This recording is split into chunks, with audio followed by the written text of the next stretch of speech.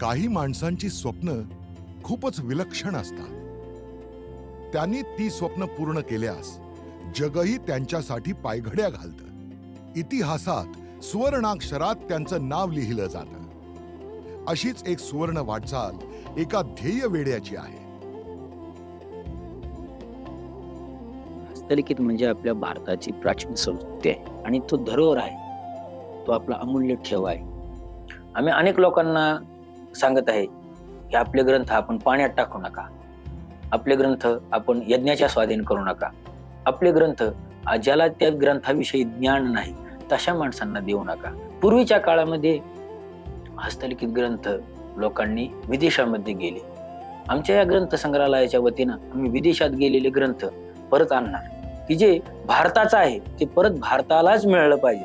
हा आमचा सर्वात मोठा उद्देश आहे. असं म्हणतात की इतिहासाला ठोस पुराव्याची गरज असते. जर तरची भाषा इथं अधिकच कुचकामी ठरते.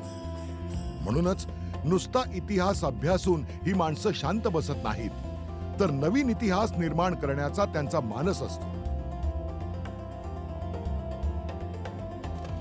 आणि हा मानस पूर्ण करत असताना वैयक्तिक स्वार्थ अजिबात नसतो. स्वार्थ असतो तो फक्त ध्येय पूर्ण करण्याचा.